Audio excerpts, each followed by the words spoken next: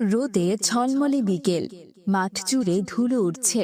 ওমর, মাহাদি, জান্নাতুল, সায়েম আর রাফি সবাই মিলে প্রাণ খুলে ফুটবল খেলছে। এই দেখো দেখো, এবার বলটা আমার পায়ে এসেছে। আজ আর কেউ আমাকে আটকাতে পারবে না। আজ আমি গোল দিবই দিব। ওরে বাবা, মাহাদি আবার গোল দেওয়ার স্বপ্ন দেখছে। স্বপ্নে গোল করার চেষ্টা করলে বাস্তবে কিচ্ছু হবে না। স্বপ্ন দেখা বাদ দাও মাহাদি, ওই বল আর আমার পা ছেড়ে কোথাও যাবে না। মাহাদি, আর কথা না বলে তাড়াতাড়ি বলটা পাস দাও। এভাবে খেলা জমে উঠেছে, সবাই মজা করে খেলছে। হঠাৎ মাহাদি থমকে দাঁড়ায়। এই শুনছো তোমরা? আসরের সময় হয়ে গেছে। আজান দিচ্ছে মসজিদে, নামাজে যেতে হবে। হ্যাঁ বন্ধুরা, আজান হচ্ছে, এখনই আমাদের মসজিদে যাওয়া উচিত। আরে ধুর, এত সুন্দর খেলা মাঝপথে ছেড়ে নামাজে যাব? একটু দেরি হলে কি এমন ক্ষতি হবে? হ্যাঁ, ঠিক তখন পাশের রাস্তা দিয়ে ওমরের বোন ফাতেমা হেঁটে আসে। রাফি ভাই, খেলা কি আল্লাহ ডাকের চেয়েও তোমার কাছে বড় হলো নাকি বলো তো? আজান শোনার পরেও যদি খেলা না থামাও, তাহলে আল্লাহ কি ভাববেন বলো তো? ফাতেমা, এই শীতের সময় নামাজ কি ভালো লাগে বলো? ঠান্ডার মধ্যে উজু করে নামাজ পড়তে হয়, এলে শরীর কত সুন্দর গরম হয়, কত মজা লাগে। রাফি, এভাবে বলা ঠিক না। মনে রাখিস, খেলাধুলা সাময়িক আনন্দ দেয়, কিন্তু নামাজ জীবন বাঁচায়। আজ যদি খেলাকে আমরা প্রাধান্য দিই, কাল হয়তো আস্তে আস্তে নামাজটাই বাদ পড়ে যাবে। কিন্তু ওমর, মাঝে মাঝে বাদ দিলে কি ক্ষতি হবে? এই মাঝে মাঝে থেকেই একদিন কখনোই না হয়ে যাবে রাফি। আল্লাহ আমাদের দিনে 5 বার ডাকেন, এই ডাক কি আমাদের অবহেলা করা উচিত? জান্নাত কি এত সস্তা যে আল্লাহ ডাকে দেরি করেও পাওয়া যাবে? সবাই চুপ হয়ে যায়, মাঠের শব্দ যেন থেমে যায়। রাফি মাথা নিচু করে দাঁড়িয়ে থাকে। একটু পর তোমরা যাও, আমি আজ নামাজে যাব না। তারপর মাহাদি, জান্নাতুল আর সায়েম একে একে মসজিদের দিকে হাঁটতে শুরু করে। ওমর থেমে একবার পেছনে তাকায়।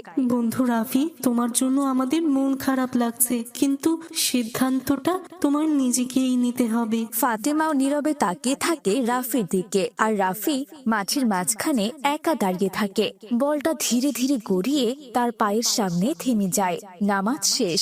মসজিদের ভেতর শান্ত পরিবেশ। বাচ্চারা হুজুরের পাশে বসে আছে। হুজুর সবার মুখের দিকে তাকিয়ে মৃদু হাসছে, যেন একজন বাবা তার সন্তানদের দেখছেন। বাচ্চারা, আজ তোমাদের এমন একটা কথা শোনাবো যেটা মনে রাখলে জীবন বদলে যেতে পারে। কিয়ামতের দিন আল্লাহ তাআলা ডাক দিয়ে বলবেন, কোথায় তারা যারা শুধু আমার জন্য একে অপরকে ভালোবেসেছে, যারা বন্ধুকে নামাজের কথা মনে করিয়ে দিয়েছে, গুনাহ থেকে বাঁচিয়েছে? আমি তাদের আমার আরশের ছায়ার নিচে জায়গা দেব। সবাই একে অপরের দিকে তাকায়। সেদিন সূর্য মাথার খুব কাছে থাকবে, মানুষ ঘামে ভিজে যাবে, কিন্তু আল্লাহর আরশের ছায়া হবে ঠান্ডা বাতাসের মতো। আর সেই ছায়া পাবে এমন বন্ধুরা যারা দুনিয়াতে একে অপরকে আল্লাহর পথে ডেকেছে। হুজুর, তাহলে জান্নাতে কি আমরা বন্ধুরা আবার একসাথে থাকতে পারবো? অবশ্যই মাহাদি, জান্নাতে ঢুকেই মুমিন প্রথমে খুঁজবে আমার প্রিয় বন্ধু কোথায়। যদি দেখে বন্ধু তার পাশে আছে, তখন তার খুশির আর শেষ থাকবে না। আর যদি কোনো বন্ধু জান্নাতে না থাকে? তখন জান্নাতি বন্ধু আল্লাহর কাছে হাত তুলে বলবে, ইয়া আল্লাহ, আমার এই বন্ধুকে দুনিয়াতে আমি অনেক ভালোবাসতাম, আমাকে তার সঙ্গে রাখো। আল্লাহ চাইলে সেই বন্ধুকেও মুক্তি দিতে পারেন। মানে যদি আমি নামাজ পড়ি আর আমার বন্ধু না পড়ে, আমি চাইলে তার জন্য দোয়া করতে পারবো হুজুর? হ্যাঁ পারবে, কিন্তু একটা কথা মনে রাখবে, দুনিয়াতে বন্ধুকে সতর্ক না করলে শুধু আখিরাতে দোয়া করলেই হবে না। আগে তাকে ডাকতে হবে, বোঝাতে হবে, তার পাশে দাঁড়াতে হবে। হুজুর, তাহলে আমি যদি নামাজ না পড়ি, আমার বন্ধুরা আমাকে জান্নাতে খুঁজে পাবে না? প্রশ্নই আসে না মাহাদি, নামাজ হচ্ছে জান্নাতের চাবি। আচ্ছা বলো তো, চাবি ছাড়া কি কোনো দরজা খোলা যায়? মাহাদি চুপ করে যায়, মাথা নিচু করে বসে থাকে সে। সত্যিকারের বন্ধু সেই যে খেলায় ডাকে কিন্তু নামাজে ডাকার কথাও ভুলে না। নামাজ শেষে সবাই ধীরে ধীরে মসজিদ থেকে বের হয়, মাঠে গিয়ে আবারও খেলা শুরু করে। কিন্তু এবার বলের সাথে সাথে তাদের মনে বাজতে থাকে হুজুরের কথা, নামাজ জান্নাতের চাবি। রাত নেমেছে, ঘরের ভেতর নরম আলো, চারদিকে নিস্তব্ধতা।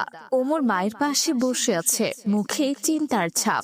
আম্মু, আজ মসজিদে হুজুর যা বললেন সেটা আমার বুকের ভেতর কাঁপন ধরিয়ে দিয়েছে।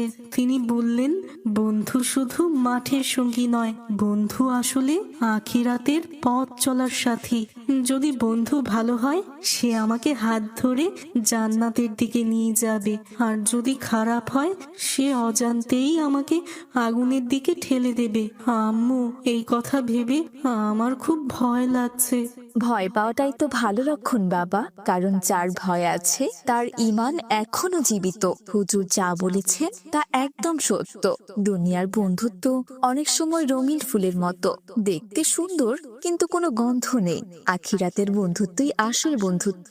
আম্মু, আমি বুঝতে পারছি সব হাসি খুশি মানুষ বন্ধু হয় না। কেউ কেউ হেসে হেসেই মানুষকে নামাজ থেকে দূরে সরিয়ে দেয়, আল্লাহকে ভুলিয়ে দেয়।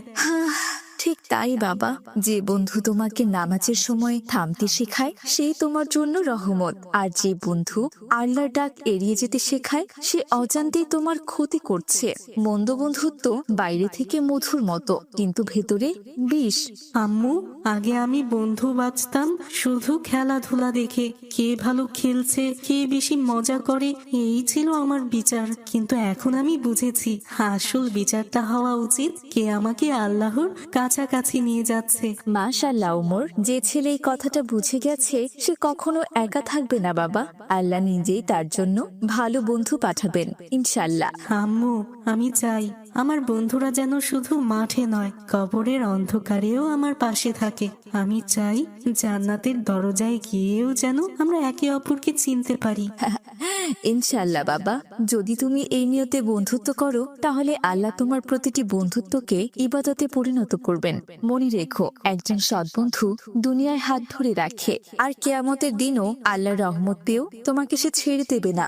আম্মু, আমি কথা দিচ্ছি এখন থেকে আমার বন্ধু হবে সেই যে আমাকে আল্লাহকে মনে করিয়ে দেবে, নামাজে ডাকবে, আর ভুল পথে গেলে হাত ধরে ফিরিয়ে আনবে। ঘরের ভেতর আবার নীরবতা নামে, কিন্তু সেই নীরবতার ভেতর জন্ম নেয় এক নতুন প্রতিজ্ঞা।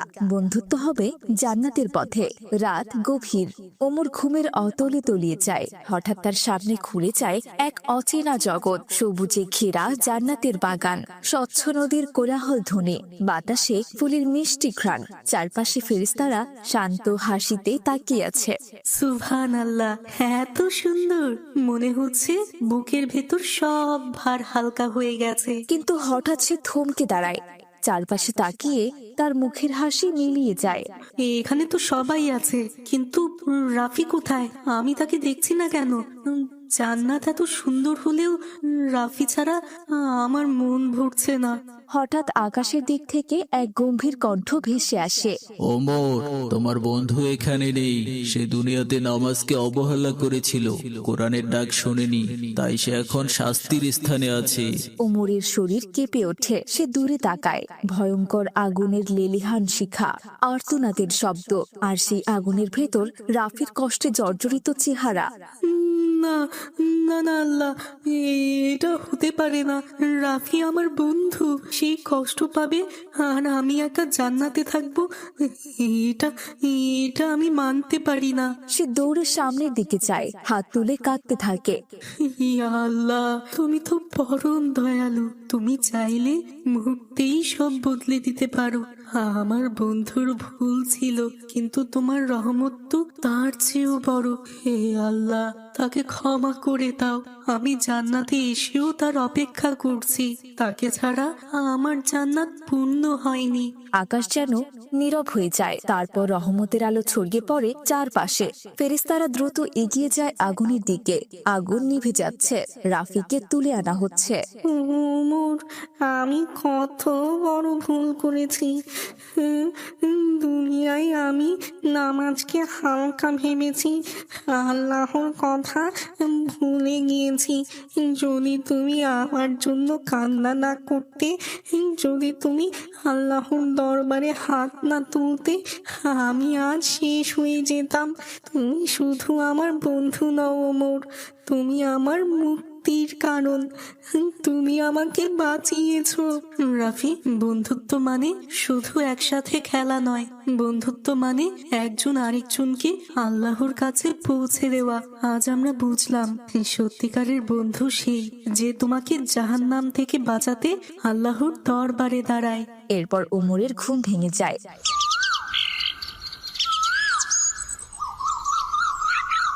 পরদিন খেলতে এসে ওমর তার বন্ধুদের স্বপ্নের কথা জানায়। স্বপ্নে এমন ভয়ঙ্কর জাহান্নামের কথা শুনে রাফি তো ভীষণ ভয় পেয়ে যায়। আমি আজ একটা সিদ্ধান্তে পৌঁছেছি। এখন থেকে আমার বন্ধু হবে সেই যে আমাকে আল্লাহর দিকে নিয়ে যাবে, যে নামাজের সময় ডাক দেবে, কোরআনের কথা বলবে, আর ভুল করলে থামিয়ে দেবে। কারণ আমার কাছে এখন পরিষ্কার, খেলার বন্ধুত্ব একদিন শেষ হয়, কিন্তু আখিরাতের বন্ধুত্ব চিরকাল থাকে। আমিও ঠিক এটাই চাই, আমাদের কেউ যেন পিছিয়ে না যায়। আমরা সবাই একসাথে নামাজ পড়বো, একসাথে শিখবো, একসাথে ভালো মানুষ হব। তার জন্য যদি আমরা জান্নাতে সবাই একসাথে থাকতে পারি, সেটাই হবে আমাদের সবচেয়ে বড় অর্জন। আমি স্বীকার করছি, আমি ভুল পথে ছিলাম, নামাজকে অবহেলা করেছি, কিন্তু আজ থেকে আর না। আমি চাই তোমরা জান্নাতে গেলে আমাকে যেন খুঁজে পাও। তাই আজ আমি কথা দিচ্ছি, আমি নিয়মিত নামাজ পড়বো, কোরআনের সাথে থাকবো। আমিও তোমাদের জান্নাতি বন্ধু হতে চাই। তাহলে কথা পাকা, আমরা শুধু মাটির সঙ্গে নয়, আমরা জান্নাতের পথেরও সাথী।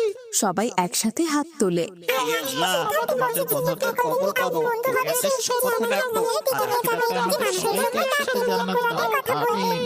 ছোট্ট বন্ধুরা, মনে রেখো, আসল বন্ধু সেই যে নামাজে ডাকে, কোরআনের পথে ডাকে, আর গুনাহ থেকে বাঁচায়। তাই সবসময় তোমরা জান্নাতি বন্ধু বেছে নাও। আল্লাহ তাআলা তোমাদের সবাইকে এমন বন্ধু দান করুন। আমিন।